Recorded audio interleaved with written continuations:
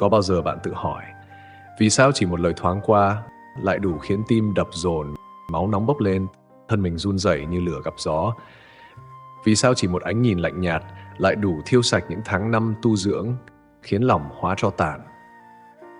Người thường cho đó là tính khí, cổ nhân gọi đó là ngọn lửa của vô minh. Nhưng những bậc trí giả thì thấy nóng giận ai cũng có, giữ được tĩnh lặng mới là hiếm. Lão Tử từng dạy trong chương 26 Đạo Đức Kinh: trọng vi khinh căn, tĩnh vi táo quân. Nặng là gốc của nhẹ, tĩnh là chủ của nóng nảy. Nếu nóng giận là bản năng bùng phát, nếu nó nhanh như chớp giữa trời giông, thì rốt cuộc tại sao kẻ càng yếu lại càng dễ nổi nóng, còn bậc càng mạnh lại càng lặng như nước hồ sâu? Làm sao một người muốn giữ mình, muốn trị nhà, muốn dẫn đời có thể đứng vững giữa sóng, nếu không học cách ngồi yên trong gió bão? Chẳng lẽ uy lực không nằm ở tiếng hét vang, mà nằm trong sự lặng im khiến kẻ khác chẳng dám động tâm? Trong trang tử Thiên Đức Xung Phù có viết: thánh nhân chi tĩnh, dĩ thiên địa hợp kỳ đức, dĩ âm dương hợp kỳ hỏa. Thánh nhân giữ tĩnh để hòa cùng đức của trời đất, để âm dương tự nhiên giao hòa. Vậy phải chăng tĩnh lặng chính là sức mạnh sâu thẳm nhất của con người, thứ không ngọn gió nào thổi ngã, không cơn giận nào cuốn đi? Và nếu đúng thế, thì làm sao để học lại bài học cổ nhân đã khắc trên đá? Nóng giận chỉ là thoáng chớp, còn tĩnh lặng mới là trời cao muôn đời bất biến. Hãy nghe tiếng trống đồng ngân trong màn sương cổ xưa. Không ai vội, không ai tranh, chỉ một nhịp vọng dài lặng mà chấn động, im mà lan xa. Đó là lời gọi dẫn chúng ta bước vào con đường của tĩnh lặng. Nếu nóng giận chỉ là phản ứng máu thịt, nếu một tia châm nhỏ đã đủ thiêu đốt cả rừng tâm, thì rốt cuộc con người sống cả một đời để làm gì? Để chạy theo từng cơn giận thoáng qua, hay để tìm lại cái gốc an tĩnh vốn có tự buổi sơ sinh? Làm sao một tâm hồn có thể sáng khi ngọn lửa giận cứ bốc lên và tàn khói che trời? Chẳng lẽ trí tuệ ngàn năm để lại chỉ để chúng ta phí hoài trong phút chốc nóng bừng? Và nếu đúng là như vậy, thì đâu là lối trở về với sức mạnh tĩnh lặng mà cổ nhân coi như gốc của trời đất? Lão Tử từng nói trong Đạo Đức Kinh chương 33: thắng nhân giả hữu lực, tự thắng giả cường. Kẻ thắng được người là mạnh, kẻ thắng được mình mới thật sự cường. Cơn giận khiến ta tưởng mình có sức, vì lời nói có thể làm kẻ khác run sợ. Nhưng đó chỉ là sức mạnh giả của một thân xác mất chủ. Người thắng được chính cơn giận của mình mới là kẻ thực sự cường. Trang Tử dạy trong Tề Vật Luận: trời đất cùng ta sinh, vạn vật cùng ta nhất. Nếu thấy mình chung gốc với trời đất, ta sẽ hiểu tĩnh lặng chính là bản thể, giận dữ chỉ là đám mây thoáng qua, còn tĩnh lặng mới là trời cao bất biến. Người thường bám vào mây nên cả đời chạy theo giận, người ngộ đạo nhìn lên trời nên một đời giữ được tĩnh. Khổng Tử cũng từng nhắc trong Luận Ngữ Tử Hán: quân tử hòa nhi bất đồng, tiểu nhân đồng nhi bất hòa. Quân tử thuận hòa mà không cần ép buộc, tiểu nhân nóng nảy muốn ai cũng theo mình nên sinh bất hòa. Một cơn giận không chỉ hỏng việc trước mắt mà còn bào mòn khí huyết, hao mệnh căn. Cổ nhân coi giận dữ là loại bệnh của sinh mệnh. Mỗi lần nổi giận là một lần tự đốt đi sinh khí. Trang Tử lại viết trong Thiên Đức Xung Phù: phù bất thần bất tĩnh bất minh. Không có thần thì chẳng tĩnh, không tĩnh thì chẳng sáng. Tĩnh không phải là gượng nén, không phải cắn răng chịu đựng. Tĩnh là khi trí sáng, lòng rộng, không còn cớ để giận. Khi thấy đời là giấc mộng, thì tranh hơn thua để làm gì? Tĩnh chính là tự do lớn nhất. Theo tinh thần mưu lược cổ học, trước định khí, sau định trí. Khí bất định, trí bất minh. Khí định rồi, thiên hạ tự thuận. Khí nóng giận là loạn, khí tĩnh là minh. Ai giữ được hơi thở, định được khí thì trí sáng, tâm an, đời thuận. Đó là con đường để chuyển hóa giận thành trí. Đức Phật cũng từng dạy trong Kinh Pháp Cú kệ 202: lửa nào bằng lửa tham, ác nào bằng ác hận, khổ nào bằng khổ thân, vui nào bằng tịch tỉnh. Và Ngài còn dạy trong Kinh Pháp Cú kệ 5: Hận thù diệt hận thù, đời này không thể có. Từ bi diệt hận thù là định luật nghìn thu. Lời Phật đã chỉ rõ, giận dữ như ngọn lửa thiêu thân, chỉ có lòng từ sinh từ tĩnh lặng mới dập tắt được nó.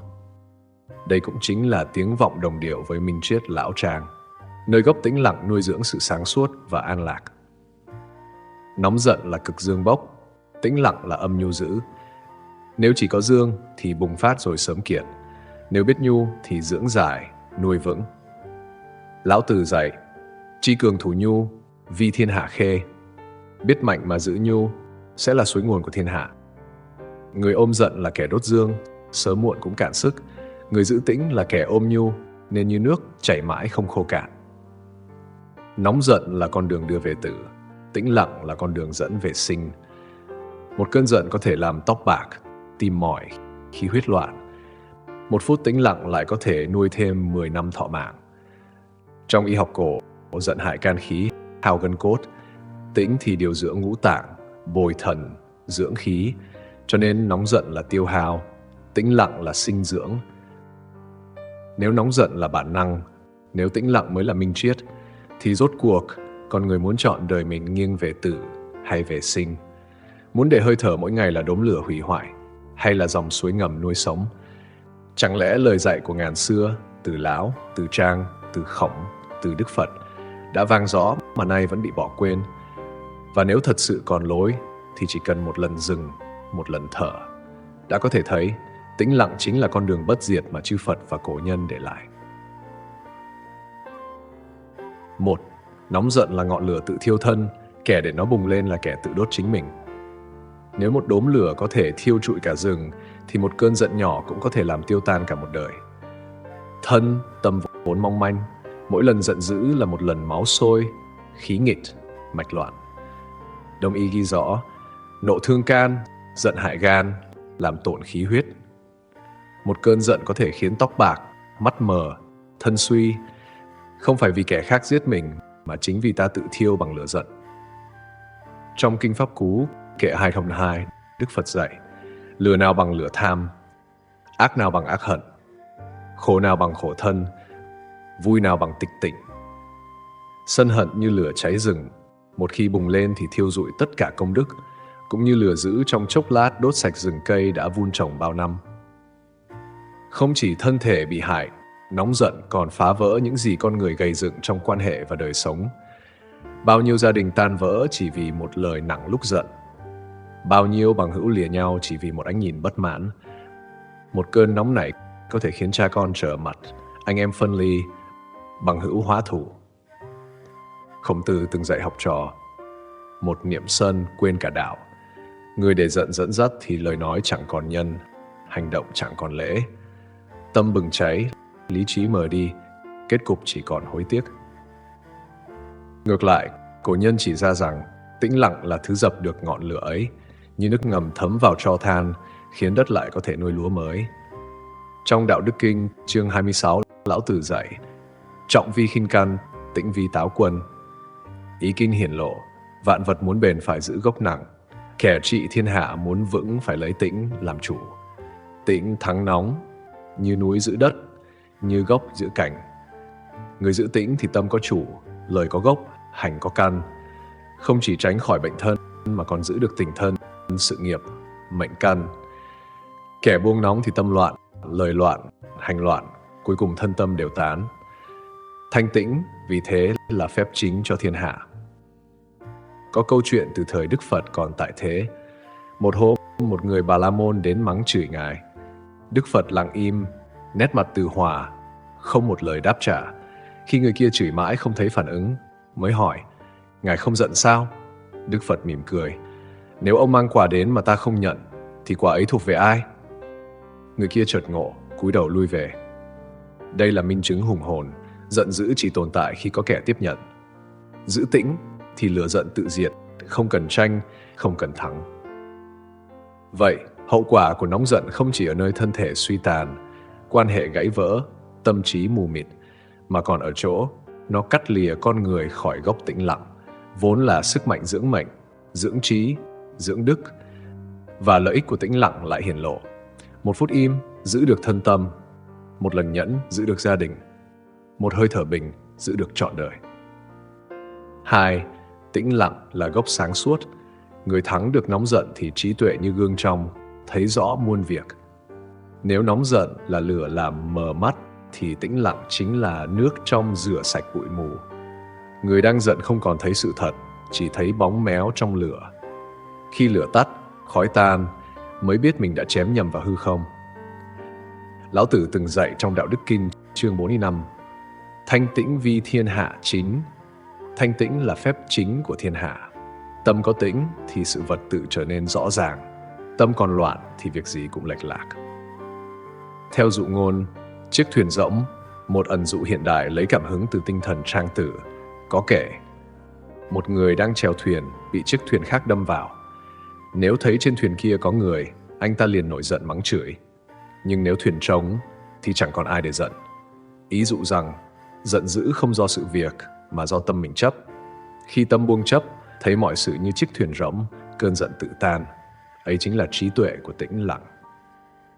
Trong Kinh Pháp Cú, kệ 134, Đức Phật dạy: chớ buông lời cay nghiệt, nhiếc người, người nhiếc ta, khổ thay lời hiểm hận, xung đột mãi lại qua. Ý kinh chỉ rõ, một lời cay nghiệt buông ra sẽ tạo thành dây xích nối dài của hiểm hận.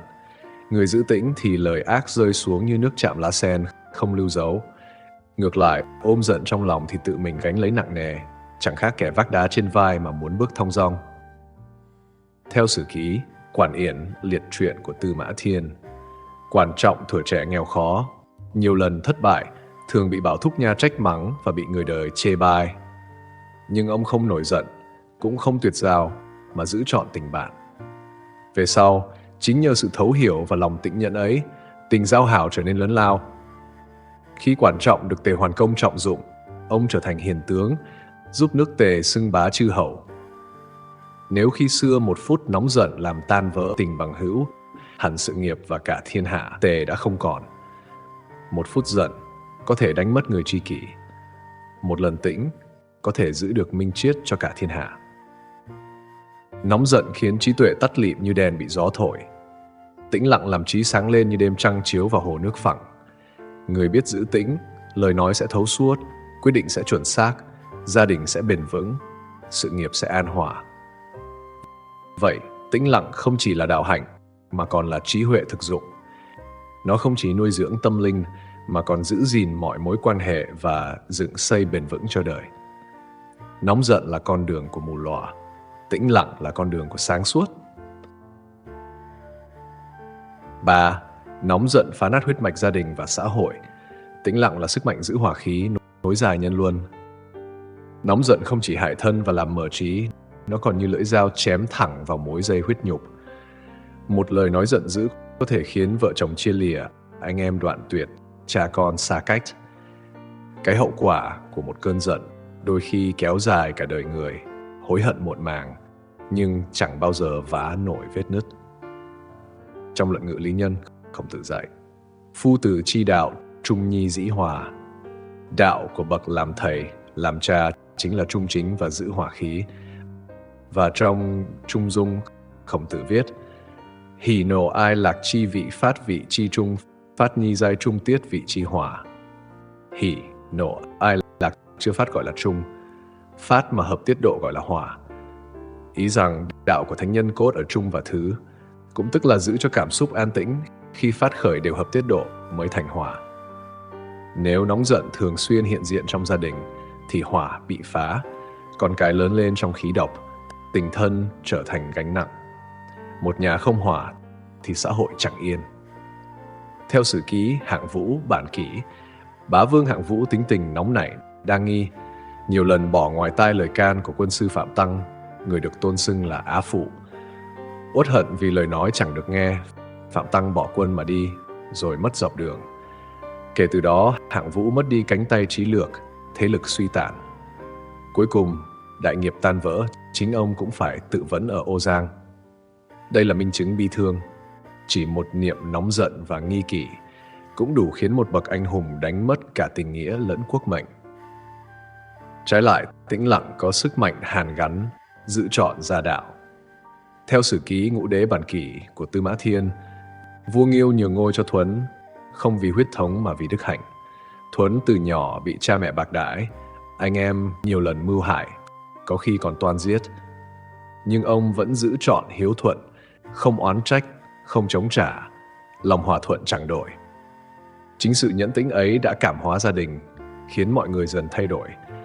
Cũng nhờ vậy mà thiên hạ tín phục, Thuấn được tôn lên làm minh quân. Một cơn giận có thể làm tan một gia đình, một lần tĩnh có thể giữ yên thiên hạ. Người xưa nói, nhẫn nhất thời phong bình lãng tĩnh, thoái nhất bộ hải khoát thiên không. Một lần nhẫn thì gió yên sóng lặng, một bước nhường thì biển rộng trời cao.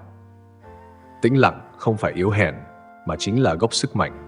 Nhờ nhẫn gia đình không đổ vỡ, nhờ tĩnh xã hội được an hòa, nhờ lặng nhân luân được nối dài. Nếu nóng giận là dao cắt đứt mạch sống của tình thân, thì tĩnh lặng là dòng nước nối liền những mảnh rời, làm cây nhân luân tiếp tục xanh tươi. 4. Nóng giận làm mất gốc đạo đức và uy tín. Tĩnh lặng khiến người được trọng nể, giữ vững vị thế. Nóng giận không chỉ phá thân, hại trí, làm tan vỡ tình thân, nó còn hủy đi uy tín của một đời người. Một lời nói thiếu kiềm chế trong giận dữ có thể xóa sạch cả đời tu dưỡng, như một ngọn bút nguệch ngoạc làm hỏng cả bức thư pháp đã dồn tâm lực khổ luyện. Trong Đạo Đức Kinh, chương 8, Lão Tử viết: Thượng thiện nhược thủy, thủy thiện lợi vạn vật nhi bất tranh, xử chúng nhân chi sở ố, cố cơ ư đạo. Thượng thiện như nước, nước lợi cho muôn vật mà chẳng tranh, ở chỗ mọi người ghét, nên gần với đạo. Người nóng giận là người tranh thì mất đạo. Khi đạo đã mất, thì đạo đức chỉ còn hình thức. Khi đạo đức chỉ còn hình thức, thì uy tín đã gãy. Khổng Tử dạy trong Luận Ngữ, Nhan Uyên: Quân tử thản đáng đáng, tiểu nhân trường thích thích. Nghĩa là người quân tử thì tâm ung dung, an ninh, kẻ tiểu nhân thì thường nóng nảy, sầu muộn. Vì sao? Bởi quân tử lấy uy đức làm gốc, tiểu nhân lấy thị uy làm sức. Sức ấy chóng tan, đức ấy bền lâu. Một lần giận dữ trước mặt quần thần, người cầm quyền mất hết sự kính phục. Nhưng một lần giữ tĩnh, sự im lặng ấy lại khiến muôn người phải nghiêng mình. Đức Phật từng dạy trong Pháp Cú, kệ 2 căn 22: Ai dằn cơn phẫn nộ, như hãm xe đang lăn, vì ấy đánh xe thật, người khác phụ cương phanh. Ý kinh chỉ rõ, người khéo chế ngự cơn giận cũng như kẻ nắm chặt dây cương, hãm chiếc xe đang lao xuống dốc. Đó mới thật là người điều khiển. Kẻ không tự thắng được giận thì để tâm như xe mất phanh, tất nhiên lao xuống vực. Bởi hễ còn giận thì trí đã che, trí che thì đạo mất thì gốc đạo đức cùng uy tín cũng tan rã. Một niệm sân khởi, trí diệt, đạo tàn. Một niệm tĩnh sinh, trí khai, đạo trưởng. Theo sử ký, Hàn Tín liệt truyện: Thuở Hàn Vi, Hàn Tín từng bị một kẻ vô lại ở chợ bắt phải chọn, hoặc giao đấu, hoặc chui qua háng để chịu nhục.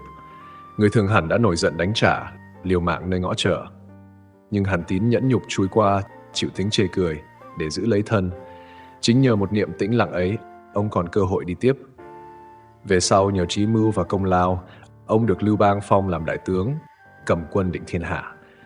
Nếu khi ấy ông nổi giận, cuộc đời đã kết thúc nơi chợ vắng, chẳng bao giờ có Hàn Tín trong sử sách. Một phút tĩnh nhẫn giữ trọn uy tín, một phút giận dữ đủ để đánh mất cả đời. Cho nên nóng giận là kẻ trộm lớn nhất. Nó lấy đi đạo đức, uy tín, danh thơm mà một người phải khổ công gây dựng. Tĩnh lặng mới là áo giáp vô hình, vừa giữ thân an, vừa khiến người khác phải kính phục. Kẻ ồn ào thường bị lãng quên, kẻ lặng lẽ mà tĩnh tại lại khiến tiếng tăm truyền xa. 5. Nóng giận mở cửa cho bạo lực và hủy diệt. Tĩnh lặng mở ra con đường từ bi và sáng tạo. Nóng giận là cánh cửa dễ nhất để bước vào vực thẳm của hủy diệt. Một khi mở nó ra, con người trở thành nô lệ của máu lửa. Khi giận dữ ngự trị, bàn tay vốn dùng để gieo hạt lại cầm gươm, miệng vốn để gieo lời thương lại phun ra độc khí. Bao nhiêu chiến tranh trong lịch sử khởi đầu từ một niệm tham sân. Bao nhiêu dòng máu chảy chỉ vì một ánh mắt, một lời qua tiếng lại, không ai chịu lặng im. Trong Kinh Pháp Cú, kệ 2 căn 51, Đức Phật dạy: Lửa nào bằng tham dục, chấp nào bằng hận sân, lưới nào bằng si ám, sông nào bằng ái ân. Ý kinh khai thị rằng chẳng có ngọn lửa nào thiêu đốt bằng tham dục, cũng chẳng có sự trói buộc nào nặng nề hơn hận sân. Vì tham và sân, vua chúa đem quân chinh phạt. Vì sân hận, anh em hóa thù địch. Vì sân hận, biết bao người gieo thân vào chỗ chết. Mọi hạt giống bạo lực trong thế gian, gốc rễ đều khởi từ ngọn lửa giận mà ra. Theo sử ký Tần Nhị Thế Bản Kỷ, sau khi Tần Thủy Hoàng mất, Hồ Hợi được Triệu Cao và Lý Tư lập lên ngôi. Vốn nóng nảy, hẹp hòi và nhu nhược, Hồ Hợi nghe lời gian thần Triệu Cao, ra tay giết hại nhiều hoàng tử và trung thần, khiến triều chính rối loạn, lòng người ly tán. Triệu Cao chỉ khơi gợi một mồi nghi kỵ, liền biến thành sóng dữ, đẩy quốc gia vào cơn bạo chính. Kết cục, cơ nghiệp nhà Tần tan rã chỉ sau mấy chục năm thống nhất thiên hạ. Đây là minh chứng rõ ràng, một phút nóng giận và nghi kỵ của kẻ cầm quyền có thể khiến muôn dân chịu họa, cơ đồ sụp đổ. Ngược lại, tĩnh lặng là con đường dẫn đến trí tuệ và từ bi. Người giữ tĩnh, thay vì lấy giận đáp giận, sẽ lấy từ bi mà hóa giải hận thù. Đức Phật trong Kinh Pháp Cú kệ 5 dạy, hận thù diệt hận thù, đời này không thể có. Từ bi diệt hận thù là định luật nghìn thu. Ý Kinh Minh Định, lấy giận trả giận thì hận thù nối dài như lửa gặp gió, chẳng bao giờ dứt. Chỉ khi tâm lặng, bi khởi, trí sáng mới có khả năng đoạn trừ vòng xoáy báo oán. Chính bi trí này là nước mát dập tắt ngọn lửa sân, là mạch nguồn duy nhất làm khô cạn bạo lực trong thế gian. Trong trang tử Thiên Tề Vật Luận ngoại vật Sơn Mộc còn lưu lại nhiều đối thoại giữa Trang Tử và Huệ Tử. Có lúc hai người tranh luận gay gắt, như câu chuyện đứng trên cầu hao bàn về niềm vui của cá. Nhưng mối giao tình giữa họ vẫn bền chặt, vừa là bạn, vừa là đối thủ, khiến những cuộc đối thoại trở thành suối minh triết chảy mãi nghìn năm.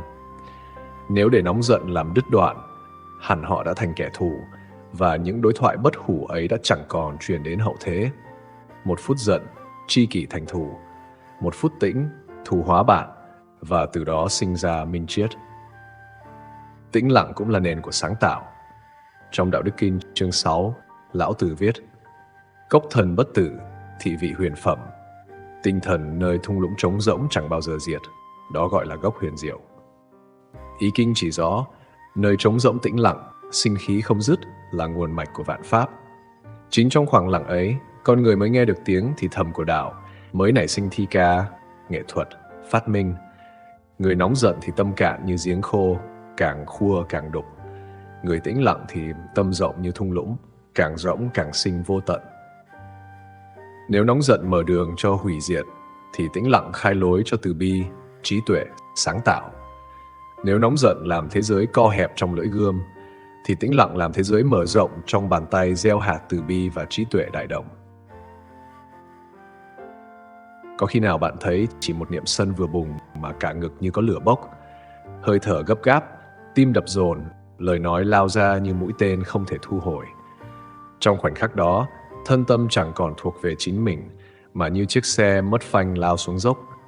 Chính khi ấy, một niệm sân khởi, trí diệt, đạo tản. Thử ngẫm, bao cuộc chiến khởi đầu từ một ánh mắt căm hờn, bao gia đình tan vỡ chỉ vì một tiếng quát giận dữ, bao tình bằng hữu dứt đoạn bởi một lời cay nghiệt. Ngọn lửa sân nhỏ như tàn tro, nhưng gặp gió thì bùng, thiêu cả rừng công đức. Trong Kinh Pháp Cú, kệ 251, Đức Phật dạy rõ, lửa nào bằng tham dục, chấp nào bằng hận sân.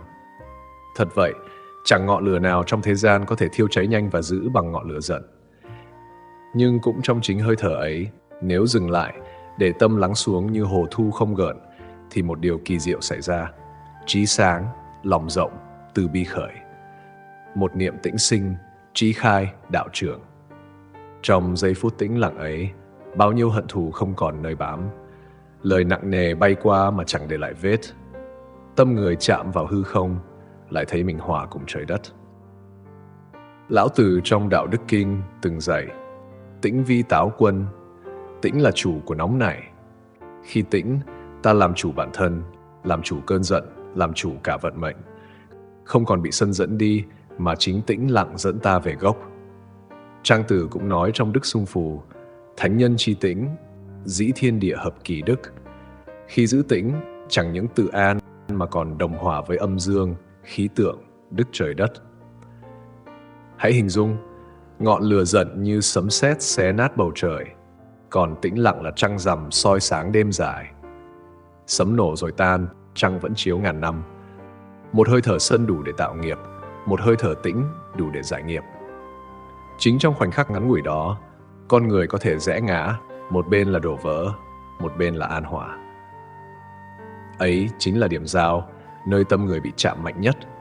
Trong một thoáng dừng, hơi thở và huyết mạch như cùng nghe tiếng chuông tỉnh, và bỗng nhận ra rằng cơn giận không phải là định mệnh, mà là thử thách. Chính thử thách ấy chỉ cần một khoảnh tĩnh lặng đã đủ xoay chuyển cả một đời người. Vậy giữa cuộc sống bề bộn, con người hôm nay làm sao để gieo hạt tĩnh lặng vào từng hơi thở, từng lời nói, từng việc nhỏ, để minh triết ấy thật sự thành nếp sống? Khi cơn nóng giận dấy lên, hãy trở về hơi thở. Hít vào như gió thổi qua hồ thu, thở ra như mây tan trên đỉnh núi.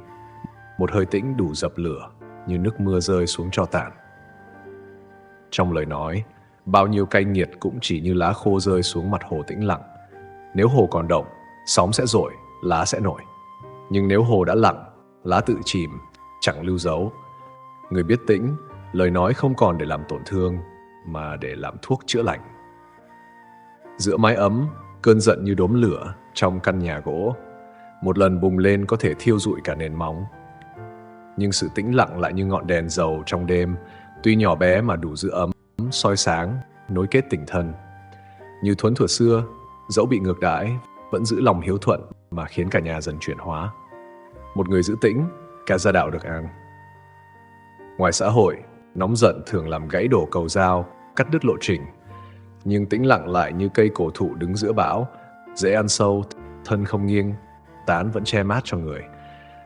Quan trọng nhờ giữ tĩnh mà kết được bằng hữu, mở đường cho đại nghiệp. Người này cũng vậy, một phút tút tĩnh nơi công việc đủ giữ cho mối quan hệ không vỡ, chí hướng không gãy. Trong sáng tạo, tĩnh lặng chính là cội nguồn. Lão Tử nói, cốc thần bất tử, thị vị huyền phẩm. Cốc trống mà sinh tiếng vang, tâm lặng mà sinh trí tuệ. Người nghệ sĩ, thi nhân, bậc sáng chế, ai nấy đều cần một khoảng vắng như thung lũng để lắng nghe tiếng thì thầm của đạo. Người giận thì tâm cạn, như giếng cạn chỉ còn bùn. Người tĩnh thì tâm sâu, như suối ngầm không bao giờ cạn. Tĩnh lặng không phải là bỏ đời, cũng chẳng phải là nhẫn nhục mù lòa. Tĩnh lặng là sức mạnh mềm, là gốc cho trí, là nền cho từ bi, là thước để đo nhân cách. Sống tĩnh tức là sống đạo. Và khi tĩnh lặng trở thành thói quen trong từng việc nhỏ, thì cả đời người trở thành dòng sông an nhiên, soi chiếu cho người khác tìm về nguồn mạch bình yên. Có những lời không cần nói mà vẫn vang trong tim kẻ hữu duyên. Có những vùng lặng không cần giảng mà người bước vào liền tự soi thấy chính mình. Một niệm sân có thể làm trời đất trao đảo, nhưng cũng một niệm tĩnh có thể khiến sông núi an hòa. Trời đất vốn không thêm không bớt, chỉ lòng người dấy động hay lắng yên. Hãy nhìn lửa, thiêu rừng trong khoảnh khắc. Hãy nhìn trăng soi muôn đời mà không một lời. Giận là lửa, tĩnh là trăng. Lửa bùng rồi tàn, trăng lặng mà còn. Không ai dạy được sự tĩnh, cũng chẳng ai cấm được cơn giận. Tất cả đều nằm trong một hơi thở, gần như gió, nhẹ như mây, nhưng đủ để xoay chuyển cả một đời. Khi bước ra khỏi lời này, có thể chẳng còn gì để nhớ. Nhưng nếu trong tâm vừa lóe lên một thoáng dừng, một nhịp lặng, thì chính khoảnh khắc đó đã là đạo, đã là thuốc, đã là con đường.